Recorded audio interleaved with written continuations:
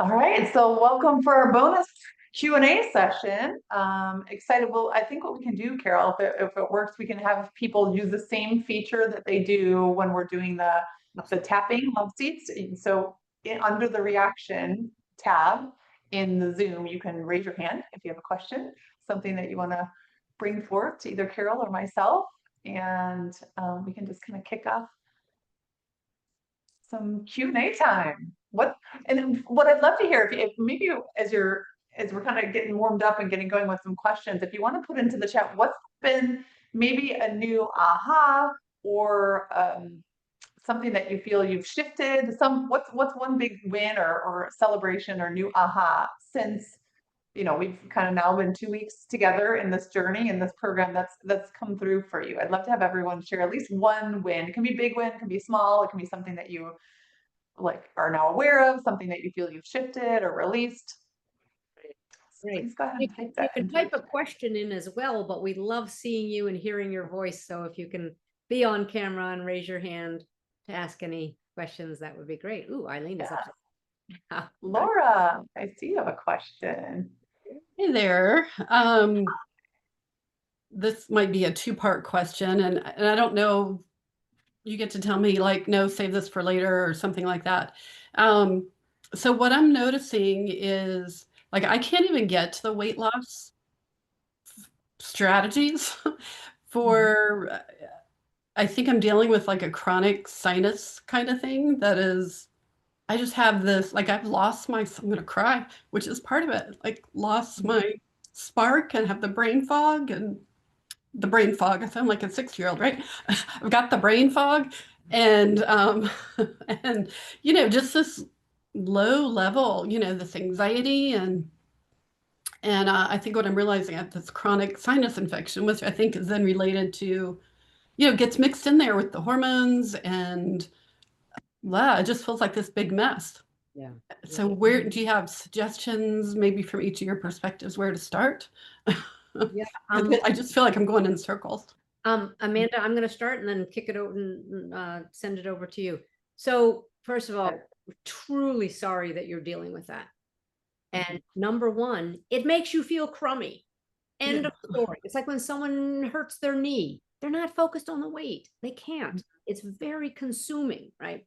So the suggestion, so that's, I just want you to hear our care and compassion for you. And that is just awful, maybe hormone related. I don't know, but it's just your body is trying to talk to you and say something's going on, right? So the way I would use my portion of the tapping is deal with 3 things. What was going on when you started to get the sinus infection? Now you all can use this with weight. When did I start to gain it? Because it's a big difference if you started to gain it when you were 8 and started to gain it after the first divorce. It's a big difference, right? So if you could, Laura, say, when did this start? 3 months after the blah, blah, blah that happened. Oh, that's just interesting information. That's a tackleable issue. Even though the trauma of do you know when it started? I've had it all my life. Started in my teens. Okay. All right. So that's not all your life. That's an important difference too. Yeah. Like 7 versus 15 or whatever. Right. Was something specific going on? Your emotional idea of theory that might have triggered it back then. And if not, there's no pressure. It's just like, oh, that's information. I don't know. Could have been one or two things. Could have been my parents were in a big funk. They stayed together, but there was that. And then there was this finding my voice and not, gosh, this lifelong, I feel like it started this lifelong not having my voice, which then I get all the sinus stuff going down the back of my throat and I don't have a voice. Okay. And are they related, not finding your voice because what was going on with your parents? I don't know. I'm not sure. Okay. Lori and Paula, could you two both mute yourselves? Just there's some background noise. So Laura, the way you address a tappable issue, right? Remember, everybody, tapping is tap on an emotion, a belief, a symptom, or the memory of an event. Now, some people would approach you and say, well, of course, the symptom of the dripping whatever down your throat and the chronic sinus infection, that's a good place to start, but you don't get as much bang for your buck for that as you do with an emotion. Sure. I would ask you, how did you feel about the fact that your parents were staying together, but you called it a funk. Your parents were not meshing, not getting along, but they stayed together for the kids or whatever. How did you feel back then during that time period? Uh, yeah, a lot of anger at my mom for not speaking up. There we go. My mom not having power, Okay. Yeah. So tapping session number 1 for you, 5 minutes. Even though I'm holding the anger about my mother not speaking up in my sinus infection, that's how you do it, everybody, when you've got a physical thing, comma, I deeply and completely accept myself anyway. Even though I think I've been holding this anger for years, that she didn't have a voice and neither do I. That kind of talking, Right. self anyway. I don't have a voice. It shows up in my sinus infection. I don't have a voice. Right? Do this right now. Just go right here. I'm still angry at my mother. I'm still angry at my mother. She didn't have a voice. She didn't have a voice. And I think she taught me not to have one. And I think she taught me not to have my voice. And all my feelings just showed up in a sinus infection. And all my feelings just showed up in a sinus infection. And that's annoying and frustrating. When it's annoying and frustrating. And I can't seem to get over it. And I can't seem to get over it. Under the arm, yes, I can. Yes, I can. I just haven't addressed the real root cause. Yes, I can. I just haven't addressed the real root cause. Okay. So just a couple of questions and we get to, you told us the gold. Right. Right. So write those down and they would be separate. I mean, you can combine them or separate. Separate is a bit more powerful. Okay. I didn't have a voice. I learned it from my mother. I'm still mad at my mother, whatever, I developed, yeah. Whatever that is, split it up if you want to, or you can combine it and do your tapping every day. Everybody remember, this watch means that I haven't done all of my tapping. I've done 10 minutes of my tapping for the day. So make it a priority. You want to get over this, make it a priority. Okay. Great. Okay. Helpful. Thank you. Thank you. Amanda, what? Oh, that's so good. Laura, what a great revelation. Yeah. And what I love about, this is why I love the conversation that Carol and I both bring to the table, is like, she's really helping you to clarify and identify the emotional component, right? That's usually unconscious and deep-seated.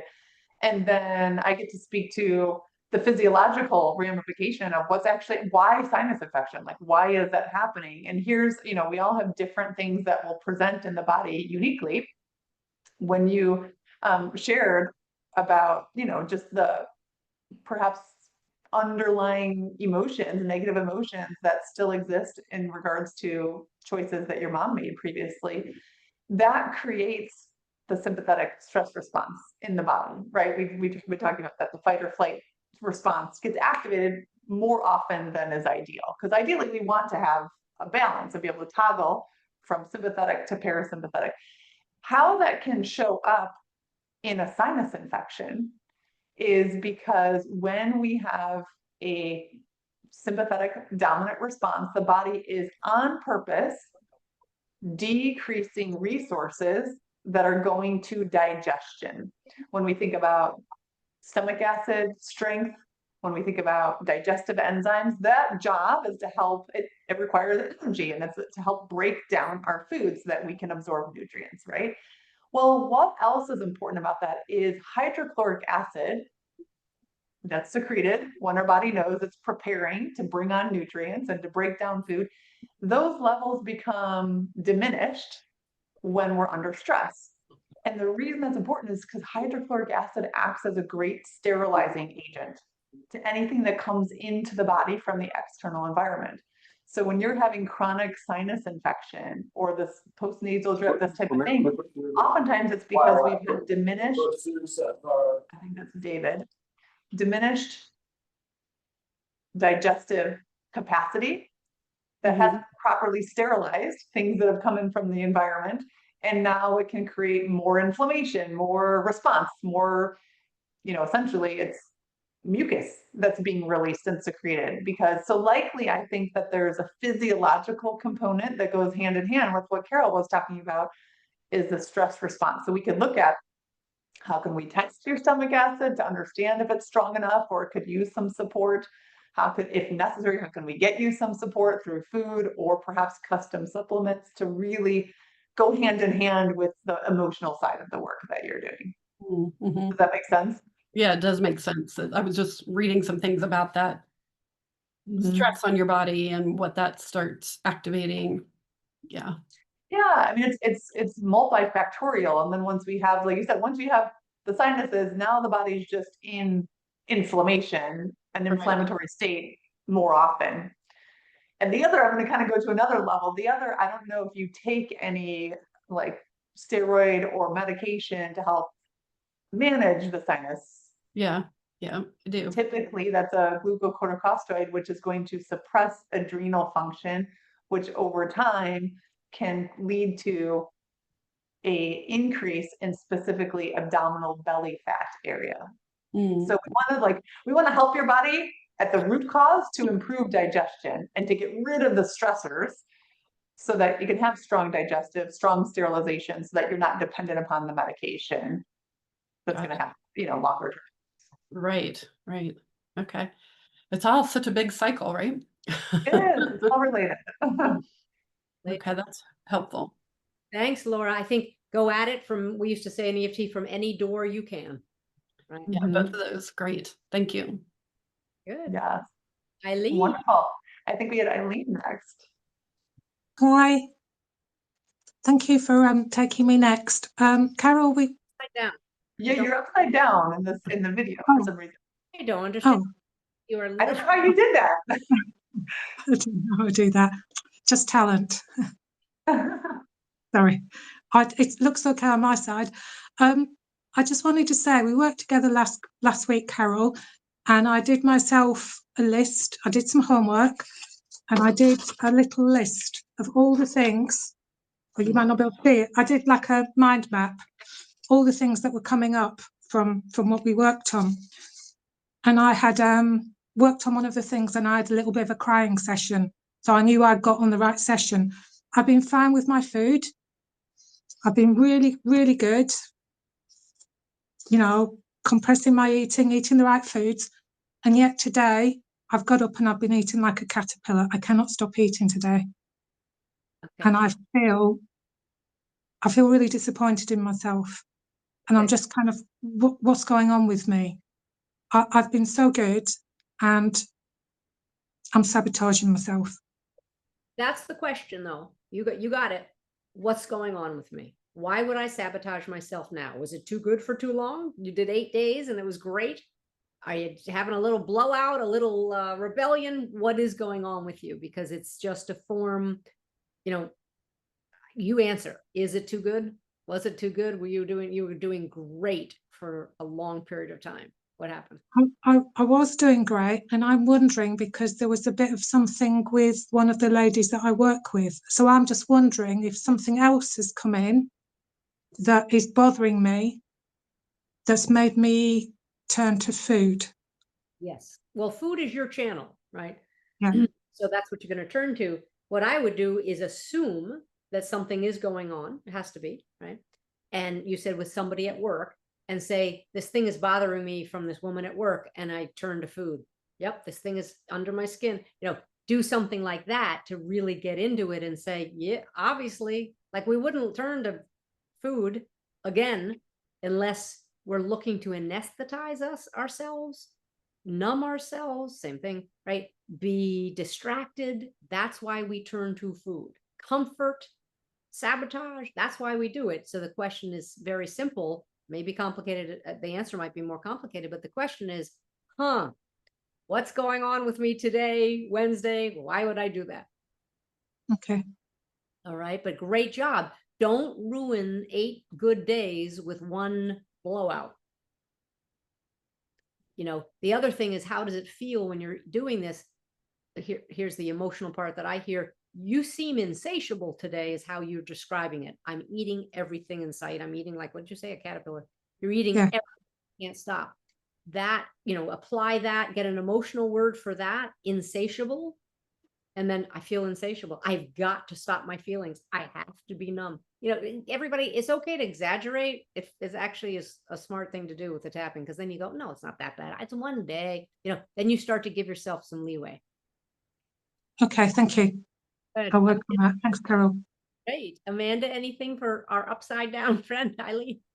Yeah, upside down. Well, I think you hit it right on the head of like she had some good momentum going, and what is it? The only thing I would say is like, what is it that shifted? What was the change? Was there a change in any of the food? Was there a change, like I said, perhaps in another dynamic that start to bring to the surface what can create more consistency once this is recognized for the next time? Great. Sneha, did you want to do it? We said that you could go next. Do Yes. you want to do it just in the written question, or do you want to come on screen? I'm here. You're here. Hi. Say the question out loud. Okay, so you asked to either share a win or a question, and I've got both, so I'll go quick. Yesterday, we discovered that my issue was fear of freedom. And when I sat with it, I realized how it actually permeates all areas of my life. Definitely not just this. And I've got so two things. One is my mom used to say, girls should be controlled, girls shouldn't be given freedom. So you know where I got this from. But I've got the opposite happening. So in order to maybe get approval, I tried to control myself. So I'm a singer and I tried to control myself. So I keep looking for rules. You can't do this, you can't do this, whatever. It's really interesting to see the flip. So that's one thing. And so that was a real big breakthrough for me. So thank you for giving me that. And the question I had was, one, do you deal with control, fear of control, or fear of losing control differently? And the second question, I'll give you both, is how do you deal with other blocks? For example, it's safe for me to lose the weight, but it's not safe for XYZ for me to lose weight, or it'll come back, or I'm not worthy, or, I don't know how to do it. Like, I'm calling them psychological reversals, but everyone may not use those terms. Well, you're addressing the downside of losing weight and the upside of keeping the weight on and the downside of being successful. So you've got these, what I call yes buts, right? Yes, but I won't keep it off. It's safe for me, but it's not safe for someone else. How do you know it's not safe for someone else for you to lose weight? It is none of anybody's business around safety if you lose weight. You can change that belief. That doesn't belong to them. Nobody's business if you lose or gain. Right? How do you discover those? Oh, asking the questions. Or fill in the blanks. I'm afraid to lose the weight because, best sentence ever, everybody. I'm afraid to, and reach your goal, whatever it is, in this case for this class, lose the weight, because if I do, and there you go, you'll feel unsafe. She won't like it. I'll just gain it back. Then I won't feel in control. You listed them. So I just gave you the question. One of the questions were to fill in the blanks. So that's how you get to the yes buts, the reason for self-sabotage. So a lot of people say, I sabotage myself. Well, why? Well, I don't know. Ask yourself why. Well, I don't know. Something shifted, something happened, something spooked you or scared you. That's why we were talking to Eileen about that. Scared you, that made you flip and say, no, I can't do this. Yes, you can. You just were doing it for, you might be doing it for weeks or months. Then they decide they can't. Okay. How do you deal with loss of control or fear of loss of control or fear of failure? I don't know if they're two different things, but. EFT 101. Okay. Even though I'm afraid to lose control, because I've always been controlled my whole life, I deeply and completely accept myself. Even though I'm afraid of failure, same thing. So afraid of failure, people don't want to do something because if they get there and succeed and then they fail, then that'll feel worse. So they sabotage themselves on their way to the goal. This happens to everybody: money, relationships, food, weight, everything. So is that fear of success? No, you said fear of failure. So we can address it either way. So the fear of failure is, if I get there, I'll lose it. You can do it either way. Fear of success is what's going to happen when you get there. You're saying somebody else is going to feel unsafe. Got it. They're entwined, of course. Yeah. Okay. Thank you. A great win. Amanda, anything for Sneha? Well, one thing I was just going to add is not specifically to those fear questions that you were asking, but one thing it's important to think about is, again, from a physiological perspective, balancing dopamine in the brain. We tend to think of dopamine as the pleasure neurotransmitter, the hormone that gives us a sense of, pleasure. And honestly, a lot of us inadvertently turn to food to be that source of pleasure or that change in dopamine. But there are other ways that we can help to stimulate dopamine on purpose by really, if you think about the purpose of dopamine is actually to create action, to help us to move towards something as opposed to assuming we're going to have the pleasure at the completion of something. So if you think about animals in the wild, they actually get dopamine when they can sense there's a water hole in the future. So that inspires them to move in the direction of the water hole to be hydrated, not once they're drinking the water, right? So when we think about how can we create more enjoyment, I call it, I learned this term from a mentor to both Kara and I. Sarah Cannell talks about pleasure bundling. So when you think about the activities that you're doing that support your health, whether it be preparing foods, going on walks, doing your tapping, how can I choose to bundle those activities with something that's enjoyable? Because then that will start to train your brain to release dopamine associated with taking the action that is beneficial and useful for you to create that consistency and that stick to itness of the routine. So I just wanted to add that in there because I think it's helpful when we're building in these healthy habits as well. Thank you. My pleasure. Amanda, is all that stuff in your book? Well, a lot of it is, yes. Just hold up your book so everybody can see. Thyroid hormone solution. Okay. Good. Good. It's a 5-step plan. It's the same 5 steps that I work with women through to really uncover the root cause and have some real, practical tools to come up with a game plan. Such great information. Hi, Paula. Let's answer your question. Anybody else have questions? Raise your hands or write us in the chat. Hi, Paula. Hi. So you were saying that, when did the weight gain happen? So I realized that it began happening after my divorce. But it also continued after my brother died, and then just last November, my sister died. So I have no more siblings. And I know health-wise that it would be much better if I lost, 10, 15, 20, 25 pounds. But I'm stuck sort of self-sabotaging, and I don't really get it. And I do know that food provides comfort. And I do understand about energy healing because I teach therapeutic touch. And Crystal Hawk was my mentor. So I do get it, but I'm having trouble just breaking through. And so here's what I would say from my story. Well, when my sister died, everybody in my family gained, I don't know, 10, 15 pounds, and a couple of them started smoking and a couple of them relapsed with alcohol, right? oh, okay. Grief, and grief. And I would say the divorce is a grief, even when your friends say, for us to split and it's good, it's good to get divorced or whatever, if the relationship needs to end, it's still grief. So the question about, well, when did it start? I would start with, even though I must be holding on to something about the divorce, you can be you're supposed to be specific, but go ahead and start vague if you need to. So I'm holding on to some grief or loss about the marriage, I accept myself that way. Even though I started to gain weight after the divorce, something's in there, and you can keep going with the questions and find out a little bit more. Okay. Then the grief of your brother and the grief of your sister.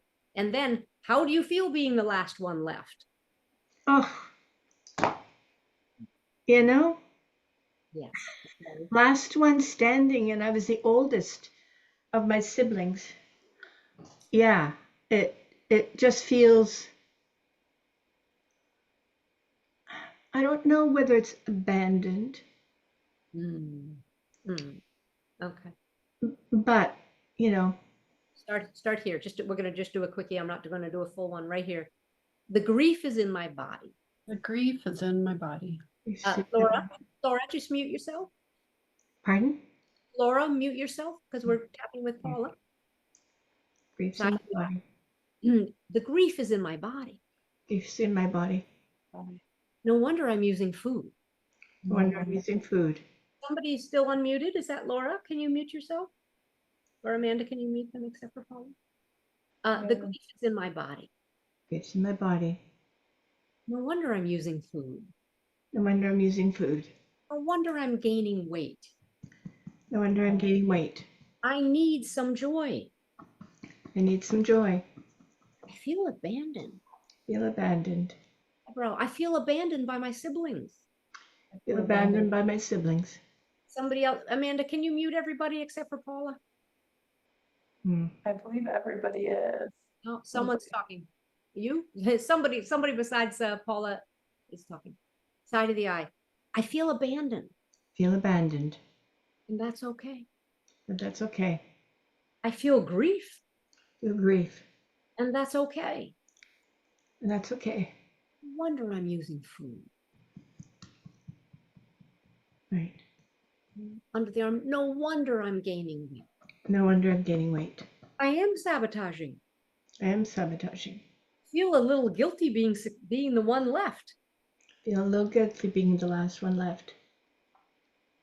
That's another thing that I hadn't said out loud, but you all know about survivor's guilt. So it happens when you're the successful one. It happens when you're the one that literally it came from surviving. So you as the eldest and the last sibling of the family, it's called survivor's guilt. It's a psychological phenom. And so your tapping, Paula, would be, I feel abandoned, whether it makes sense to you or not. I feel guilty. Who am I to be successful? They died. Right. And then the first part you said, oh, about the divorce. You've got, I would do 3 separate tapping sessions on yourself, 5-10 minutes. Everybody, some people do a marathon of tapping. If you want to, that's fine. 5-10 manageable sessions on yourself and see what happens. But I do think by the end there, I got the guilt for you. Okay. Thank you. Thank you. Paula, thank you for sharing that with us. Amanda, did you want to say something, Paula?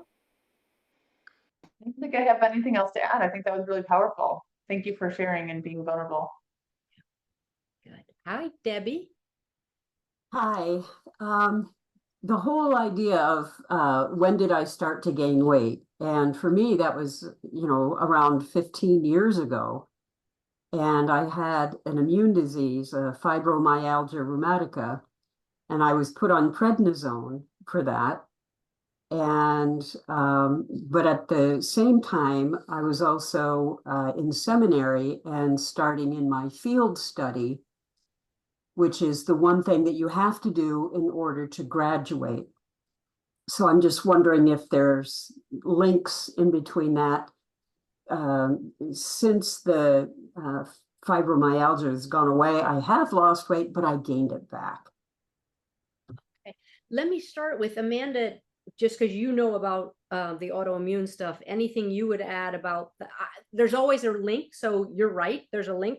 There's some link. We may not know it yet. But Amanda, what would you say about the prednisone stuff and the Right. Well, I would say clearly an autoimmune dynamic occurs when there has been a kind of a perfect storm, if you will, of events that have been created. So likely there was some nervous system activation, right? So that fight or flight response, which perhaps suppressed some of your immune function and really just kind of shifted the signaling to the body, where the body now is thinking that it's almost like our body goes on hypervigilant. It's our body thinks everything is a potential threat.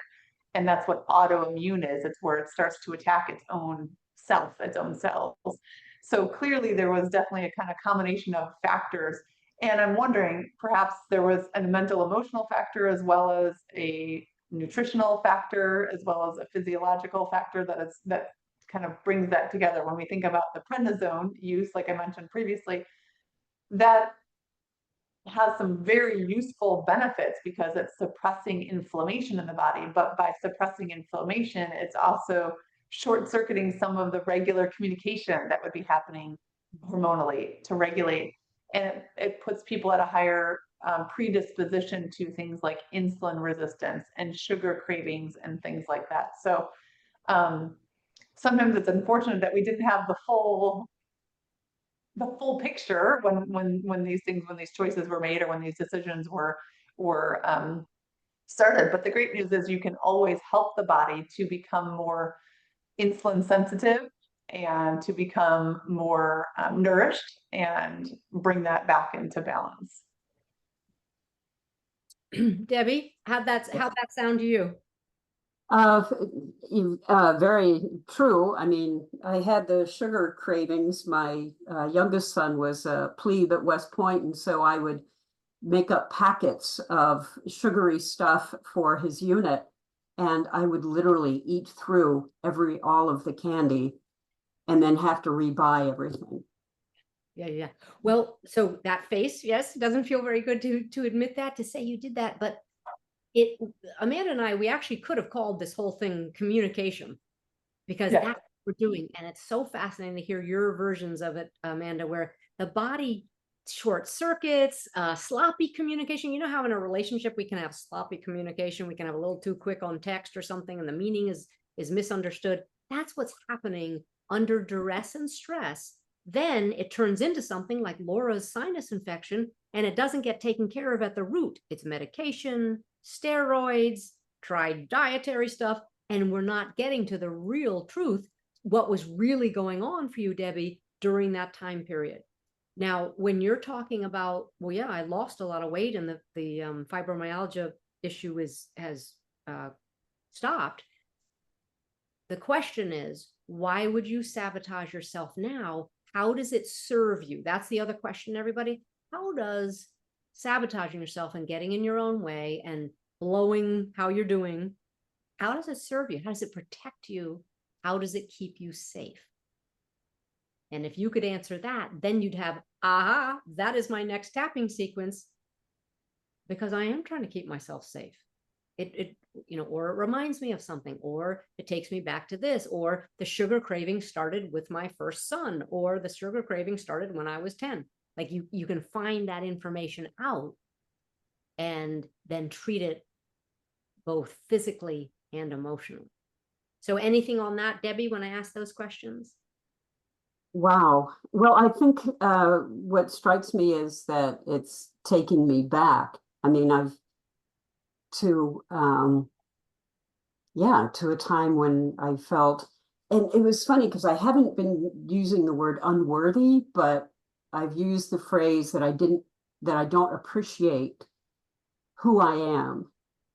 And I don't appreciate my experiences. I just kind of like push them to the side. Oh, they're not important. So yes, and very important information. But when we were just talking about the insatiable word, like if you eat that much sugar, yes, there's a physiological imbalance, but there's also an emotional insatiability, and that's connected to I'm not enough. The famous expression, everybody, in the AA and the 12-step program, Alcoholics Anonymous, is one drink is too many. No, one drink is too many and a million's not enough. They are insatiable once the drinking starts. They can't have the first one because then a million doesn't do it. So there's something, if that word doesn't resonate, get something close to that, Debbie. I felt unworthy. I don't appreciate me. I was looking for something satisfying. When we're looking for something, people talk about grazing. They're full. They just keep eating. They're looking for something. What are you looking for? Satisfaction, approval, self-appreciation, right? So it's good that the questions and what Amanda said and my questions took you back to, I have an issue around not appreciating myself. Yeah, or even being in a position of authority. Because as a pastor, an entire congregation looks to you. And I've since become a pastor, and I'm retired now, but it is that, just that it's a lot of weight on one's shoulders. I mean, you think, oh, it's so easy, but it isn't, because everyone comes to you with their concerns and with their, life traumas. And I feel like, gosh, I'm not prepared. I'm not adequate to fill this job. So the two tap, you could do everybody talking, you could do 5, 10 different tapping sequences. Do pressure, even though the pressure and the weight of being a pastor I dealt with by eating, or even though I never felt up to the job, right? Both sides of that, the weight, the pressure of it. Everybody, you could tap on pressure in your life. Anybody not have any pressure in their life, right? The pressure, and I felt inadequate. And when someone feels inadequately chronically, they start looking for something to fill the hole, start looking for a validation somewhere, and or pleasure or escapism, something. That's how we do it. So those are your two homeworks, and everybody else too, because you all are helping everybody, and everybody can get this recording. So thank you so much. thanks, Debbie. Thank you, Debbie. Beth says, would keeping the weight to insulate from the responsibility? Yes, absolutely. Some people, so absolutely. Keeping the weight, the protection. I mean, I even had someone say she felt safer with the weight on. She said, I think I feel invisible. I'm invisible. Does that make any sense logically, that when you're bigger, you're invisible? No, except in our culture, you are, I believe. I've seen it. But keeping the weight on, you always want to say, what's the upside? How does it serve me? How could that be good for me? I know I don't like it. I know I want to lose it. I know I'm, trying to lose it. What's the benefit? When in doubt, look for the benefit. Okay. Anybody else with a question? David? Yes, I have questions. Well, and I'm sure several people in this community are aware of your newest book, Carol. Yes, thank you. I will say this, I'm currently working through this right now. And what's so beautiful about this is just, it's like any routine or anything that we logically know would serve us and would benefit us. Like in this, we happen to be talking about having a gratitude practice, right? And when we recognize that something is preventing us from executing consistently, it could be either we have too much emotional capacity, we don't have room in our container, right? Or there's something there. So I think it's just, I would want to bring that up because I think, again, it's really helpful to think of what are the different sources. Is it emotional pain, or it's an emotional piece that's not enough room in the container, or like you're like, what's the downside of having as much enjoyment, fulfillment, happiness that we believe we will have on the other side of the goal or the other side of the practice. So the subtitle of the book, everybody, is Tapping into the Superpower of Gratitude. And what I did is research on, everybody says gratitude's great. Everybody should do it, right? Research on what the real statistics are. And one of them is an incredible study about how keeping a consistent gratitude practice increases the duration and depth and satisfaction of your sleep. You want to change your weight problem? Start sleeping better. So that's a benefit of reading the book. Thank you, Amanda. Who else has a question? And you can just go to Amazon if you want, and it's in ebook form now too. It became a bestseller this week, by the way. P.S. Oh, congratulations. It's fun. Let's see. We're just going down the list here. Beth, two different. David.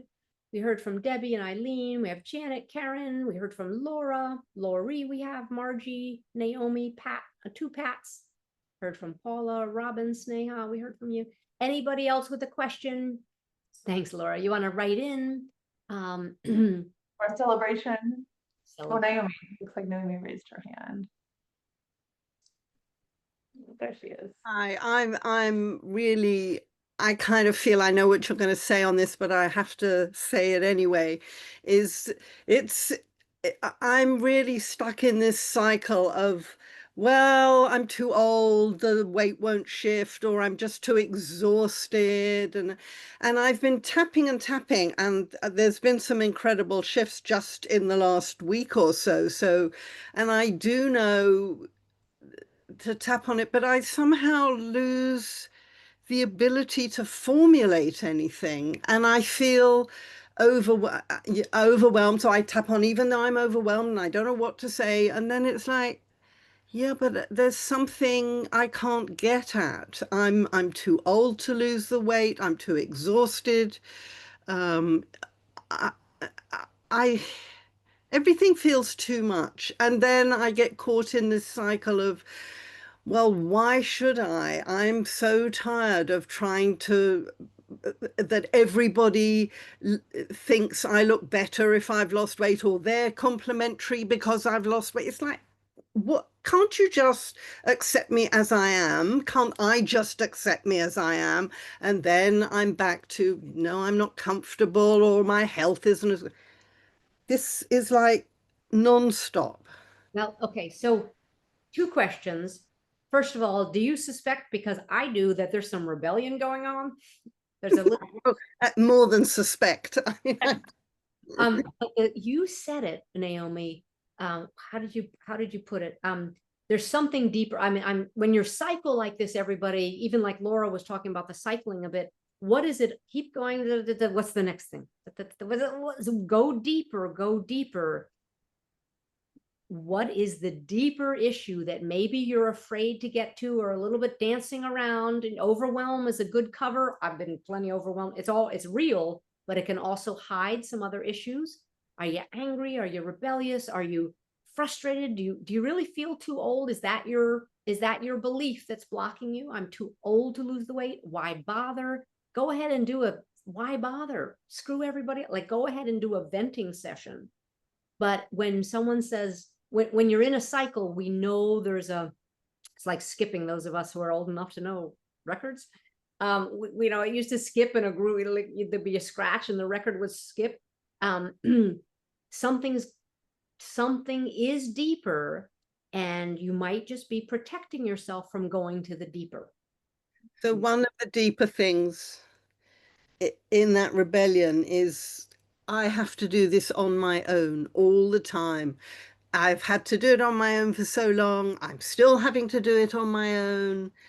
It's never going to stop. I'm exhausted with it, and I'm angry about it, and I'm grief-stricken about it, and it doesn't change, and I'm just having to do it all on my own. That's good, because painful, but good, because that's the deeper stuff. You know what? Say a swear word if you need to. Fed up with doing it on my own. I don't get supported. I've never been supported enough. And here's another thing, and I'm sick and tired, and I don't want to do it anymore. Go ahead and do that. See what right? I'm tired of this. I don't want to do this. Why do I have to lose weight now? Because I'm not comfortable. Why do they have to compliment me? Why can't they accept me when I'm any weight? What's this? Right? Be mad. It doesn't feel supportive to keep telling me, oh, you've lost weight. Oh, you look so good. It's like, could you just be there for me when I haven't lost weight, or whatever it is? So another deeper version of the sentencing would be, even though I resent their comments about my body, right? Even though I never feel fully accepted for who I am. And then that's our problem too. I don't fully accept myself for who I am. Yeah, it's true. So if that's the deeper one, you do that for days. You do it for 10 minutes a day, for a week, 2 weeks, however long you need to, before you go, I don't really care anymore. Or I care so much, watch me, people. I'm going to do it. I'm not going to listen to your comments, and I am going to do it because I think I feel better that way. It's about how we feel. But the societal pressure and the comments, remember I said the other day about a client of mine who, like, everybody had to mention her body, and she's like, stop, leave my poor body alone. So there are some good things there. Doesn't mean it's not frustrating and irritating, but if you want to get to the bottom line, I think you just did, Naomi. Thank you. No, you're right. And thank you for helping me just voice that, because it's partly I'm aware of it, and I just don't even want to say it anymore, but. Fed up in the cycle. Amanda, anything to add? I think at this one, I mean, again, it goes back to what you were saying, the low energy, the exhaustion is like the mitochondrial function. It's like, how can we make the energy that you do have the most effective so that it starts to build momentum, right? Once we get into the spiral where the cells, that inside the cell where it generates a unit of energy. If it doesn't have what you need to do that, it's not going to do it effectively. So how can we start to almost like amplify the releasing of the emotions and the frustration and the anger, perhaps, that I don't want to do it alone, and then the things that you are choosing to do, how can we make sure that they're amplifying it, really, by helping your cells to have that energy. Right. Thank you. Beth, I'm going to read this one and then we'll go to Sneha. Carol, could you speak to helping others for a long time and feeling raw from it? Right there is your tapping sequence. Right there.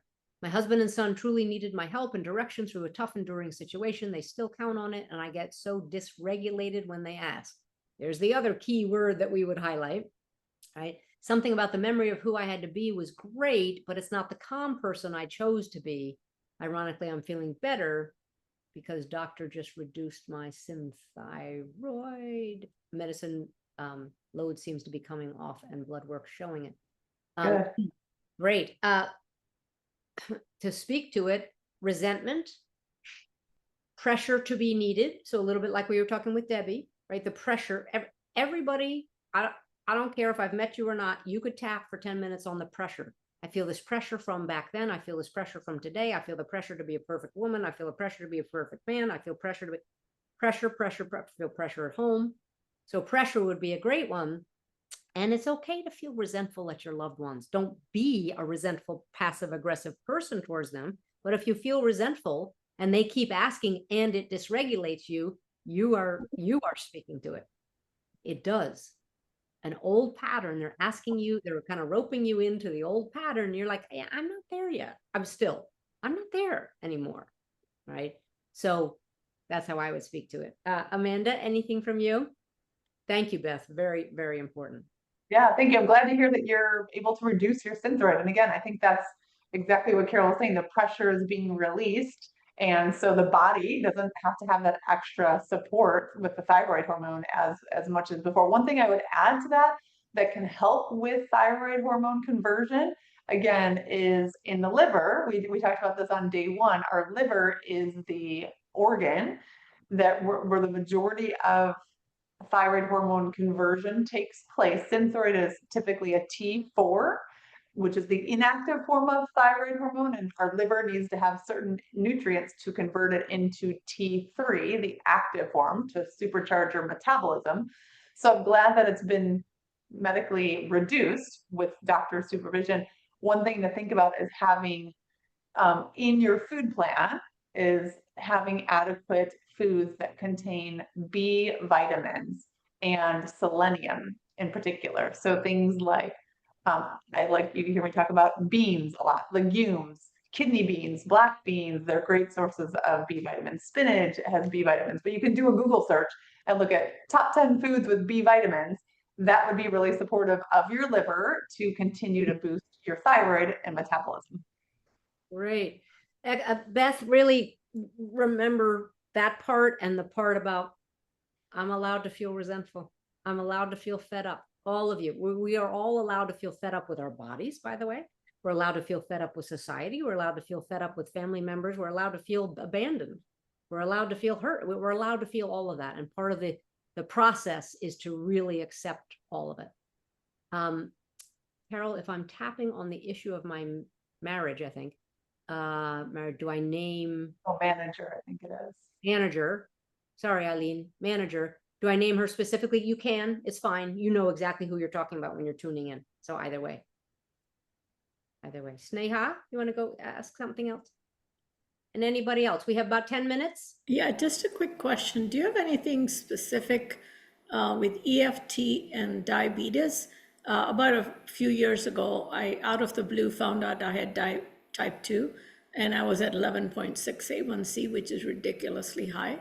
And I'm below 7, more like 6.5 now. So I pulled up my socks and took care of a lot of things. However, from an EFT point of view or emotion or something, is there any way to approach it, or Because I know when I got it, I felt really let down by my body because it came out of the blue and I was already watching how I eat and stuff. So just curious. Stress, stress. I talked to a functional medicine doctor about this. When I had a high-ish A1C and they said, be careful. And I told the functional medicine doctor, everything I exercise, everything I drink, everything I eat. And she said, it's not possible. Has this been a particularly stressful time for you in the last 6 months? And it had been. This was a couple of years ago. I said, yes, it has. She goes, well, that's what it's measuring. Mhm. So if you get your stress and cortisol levels down, the A1C changes. Yes, I have a decent diet. So it wasn't so much exercise more and eat less of this. It was more that. It was just such an interesting aha. So when in doubt, want to change so the cortisol changes your sugar readings. And Amanda, you can talk about that. But so They have a really cool graphic. Give me a minute, I can pull up something because someone else was talking about inflammation, and I have some information that actually shows us the difference here. So keep talking, Carol, and I'm going to pull it up. So Sneha, as far as EFT, what you want, everybody, when you have physical symptoms, what you want to do with EFT, I'm not a medical doctor, so I can't work on your medical issue. You say, well, what emotion is connected to that? Number one, what emotion might have triggered or started that? Right? And what emotion do I feel now because I'm struggling with this lung problem, hip problem, skin problem, diabetic problem? You go to the emotions and tap on that because the emotions are creating emotional inflammation. They are changing your hormonal balance. That's why Amanda and I said we need to do this program together. Mm-hmm. Okay, do you want me to share? Would it be, well, I don't want to make sure if anyone has more questions, but otherwise I can share a couple of slides that I think visually will help us to land more of what's actually happening at a cellular level when we have inflammation and insulin resistance. Can you answer yes? And can you answer Beth's question? Because I think you'd be much better at that. Can you describe what inflammation looks like and how it affects weight loss? So that's what made me want to pull this information, because that's exactly what this will do. So yes, let me go ahead and please give me a moment here to kind of get us on the right section. If I can share my screen, and I'm just going to go to share a portion of the screen. Okay. Can you all see these? So when we think about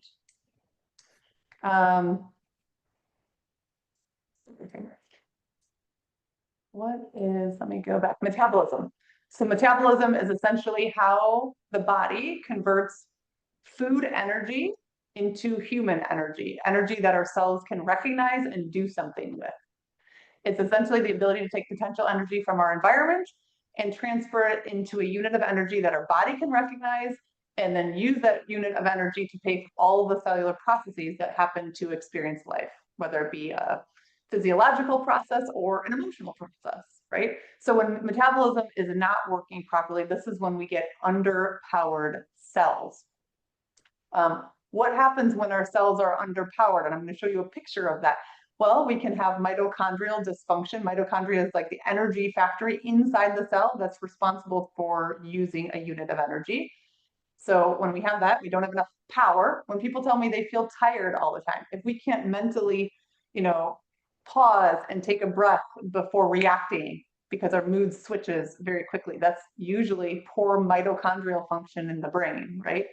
If we have other symptoms, insomnia, different things, this can be because of underpowered cells.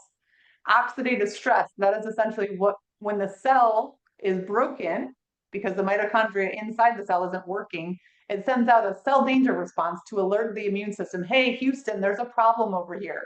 We need your help. Come and help us. Then the immune system comes to respond and says, okay, where's the bacteria? Where's the foreign invader? Where's the virus that I'm here to gobble up?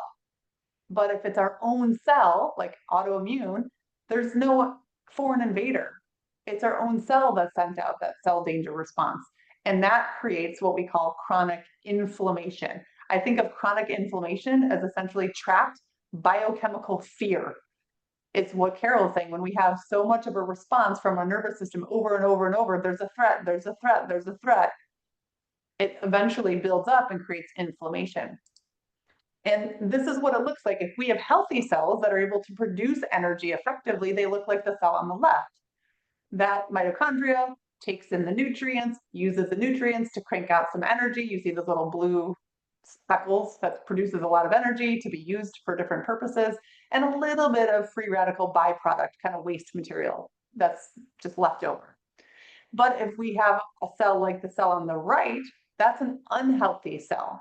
Now, a cell like this, the mitochondria on the inside has gotten kind of corroded. It hasn't been able to get the nutrients. It hasn't been able to produce energy effectively. So it produces a little tiny bit of energy, but a ton of waste. A lot of free radical damage comes off from that cell.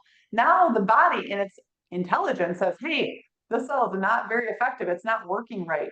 It sends out that cell danger response and says, Houston, there's a problem. This cell is not working effectively. This is what causes inflammation. When we see somebody who has diabetes, or the stage that comes before diabetes is insulin resistance, that is the effect. When we have ineffective mitochondria, the inside of the cell is not working properly. That causes the cell to become insulin resistant. Most people tend to think of insulin resistance is the cause. No, it's actually ineffective mitochondria. It's the metabolism that's not working effectively, right? So what can we do about this? The cool thing is there's something that can improve our metabolism, the ability of those cells to use and make energy. And that's to help our mitochondria work better. I love the study. There were some studies that looked at how do people have stronger metabolism. Well, it showed that people who walk more than 7,000 steps in a day, so movement is critical, they had a 50 to 65% lower risk of death of all causes of morbidity across the board. If walking were a pill, it would be the single most effective pill in all of modern medicine, period. It is that important, is movement. What I call consistent muscle contraction, moving your body in direction throughout the day. Another study showed that a group of people did 1 hour, 60 minutes of exercise in the morning, and then sat at their desk all day long and had a sedentary job. They had some benefit from the walking, from the 7,000 steps, but another group did 20-minute walks after 3 meals a day. So still 60 minutes a day, but because they were moving multiple times, their biomarkers, their metabolism was more effective. And a paper in JAMA followed 6,300 participants for 10 years and showed that when people move throughout the day more consistently, they have a reduction in diabetes, cancer, Alzheimer's, gastric reflux, obesity, depression, everything, right? Muscle contraction, movement throughout the day is quite literally medicine. And here's why. I think pictures make it land more for us. So this is what happens.